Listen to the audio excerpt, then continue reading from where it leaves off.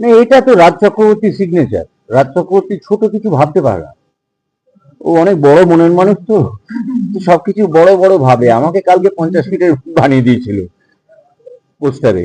তো এটাই রাজ চক্রবর্তী। এইভাবে নিজেকে যখন দেখছো, কি মনে করছো, কি মাথায় আসছে? মাথায় আসছে যখন কলেজে পড়তাম কিছুই জানতাম না, কিছুই বুঝতাম না, কি করব তাই জানতাম না।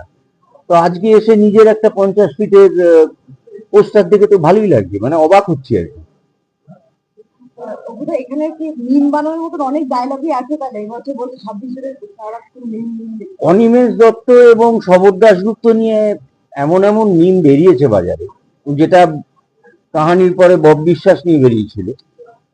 এই তিনটে ক্যারেক্টার নিয়ে এত মিম হয়েছে, আমার খুব ভয় হয় ওগুলো, মানে পার্সোনালি আমি করাচ্ছি ভেবে যদি আমাকে রাজ্য থেকে বা দেশ থেকে বার করে যেন কেউ না দেয়।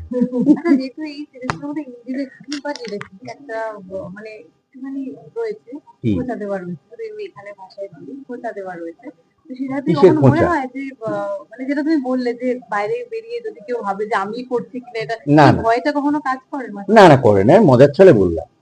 এগুলো সবাই জানেন, সবাই বোঝেন, তো কাজেই ভয়ের কিছু নেই।